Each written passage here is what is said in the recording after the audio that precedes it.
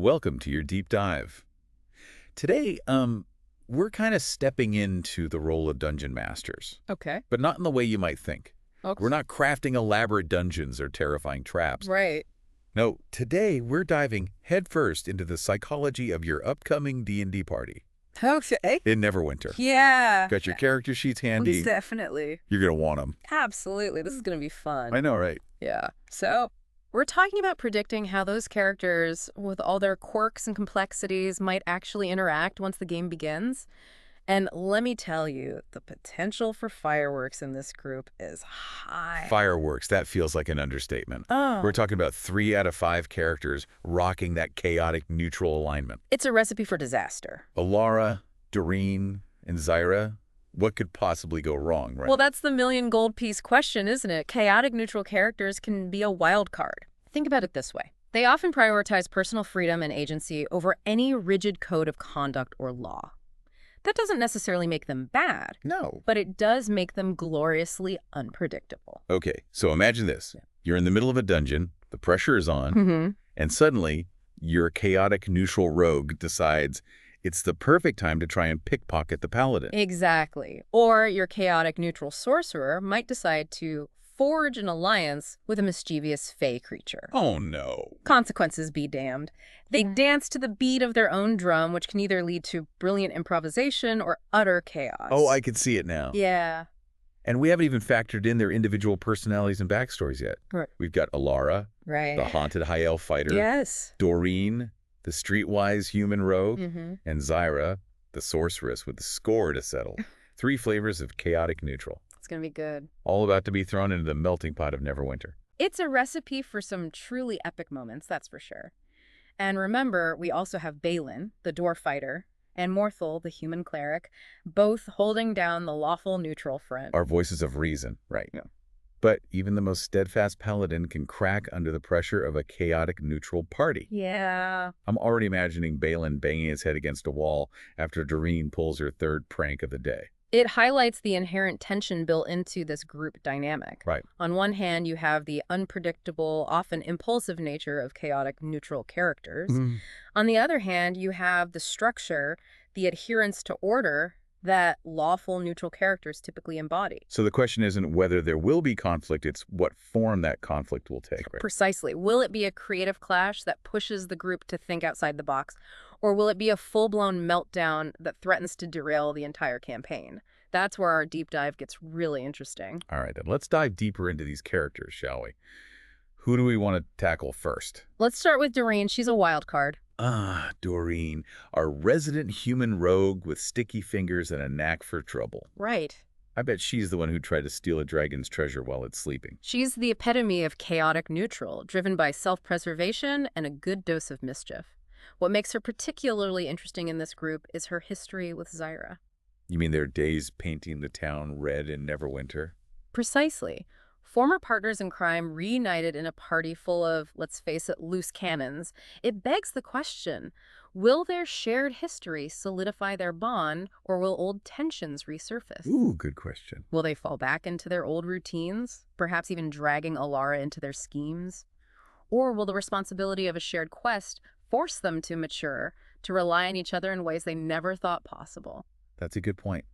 Especially since Alara seems to be carrying the weight of the world on his shoulders. Yeah. He's got that brooding, haunted energy that screams, "Don't mess with me." Yeah.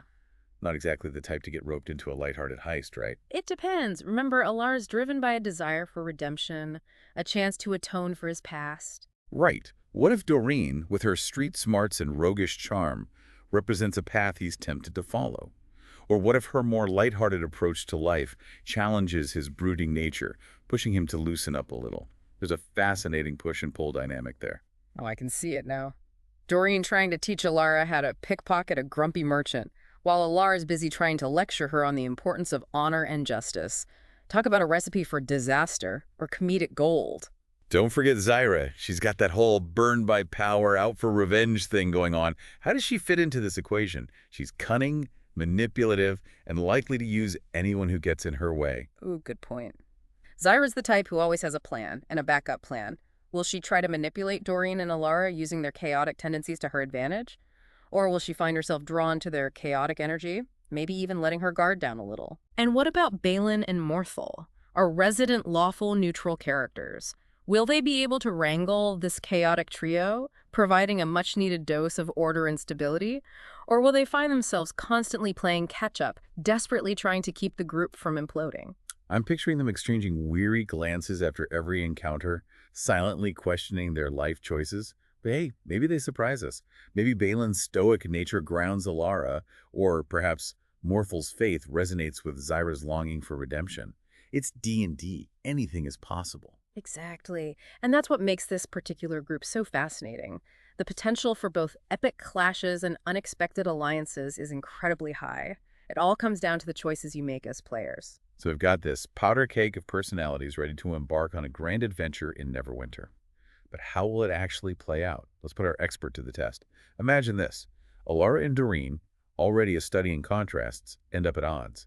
What sparks the conflict and how does it unfold? What's fascinating here is that the conflict could arise from their fundamental differences or their unexpected similarities. Doreen, with her roguish background, might see an opportunity for a quick profit that clashes with Alara's perhaps newfound sense of morality. Alara is trying to walk the straight and narrow, and Doreen is trying to pull him back into the shadows. Exactly. Or imagine this. They both want to help someone in need, Okay. but their methods are completely at odds. Oh, that makes sense. Alara, prone to action, might charge in, swords blazing, Right. while Doreen favors a more subtle, cunning approach. I can see it now. The fallout could either drive them apart or, if handled well, Yeah. force them to acknowledge each other's strength. Oh, I like that. Seeing their approaches clash, maybe learning from each other, even if it's through some spectacular arguments. Okay, next scenario. Zyra's past in Neverwinter. It's not exactly a secret. She has a knack for manipulating powerful people. What happens if those schemes, those connections, come back to haunt the group? This raises an important question about trust and loyalty within the group. Mm-hmm. Will Zyra be upfront with her past actions, or will she try to bury them, hoping they stay hidden? If her past catches up with them, say, someone recognizes her from her courtesan days, or worse, Lord Arden somehow escapes imprisonment and seeks revenge, how will the others react? Will they feel betrayed by her secrecy? Or will they rally around her, their bonds strengthened by facing a shared threat? Oh man, the stakes just got real. And knowing this group, their reactions are anyone's guess. Last scenario. Can Balin and Morthal, our lawful neutral duo, actually keep everyone on track? Or will they get swept up in the chaos? That, my friend, is the million gold piece question. They represent order in a group that thrives on chaos. It's true. They might try to enforce rules, provide a moral compass, but remember, Yeah. Alara, Doreen, and Zyra are not inherently evil. No. They have their own codes, their own ways of seeing the world. Right. Balin and Morthal's success will depend on their flexibility, their ability to understand and adapt to the unpredictable nature of their companions. So what does this all mean for you, dear listener, as you embark on this campaign? It means you have a recipe for a truly unforgettable experience. Will your group be a chaotic force for good, their differences becoming strength? Will they succumb to infighting, their individual desires tearing them apart? The beauty of D&D is that the story is yours to tell. Embrace the chaos, explore those conflicting personalities, and remember, even the most unpredictable groups can find unity in unexpected places. And that brings us to the end of our deep dive into your D&D party dynamics. We've explored the potential for both glorious mayhem and unlikely alliances. Now it's your turn to take the reins. As you step into the world of Neverwinter, remember this. The most memorable campaigns are often those where the unexpected reigns supreme. Until next time, may your rolls be ever in your favor.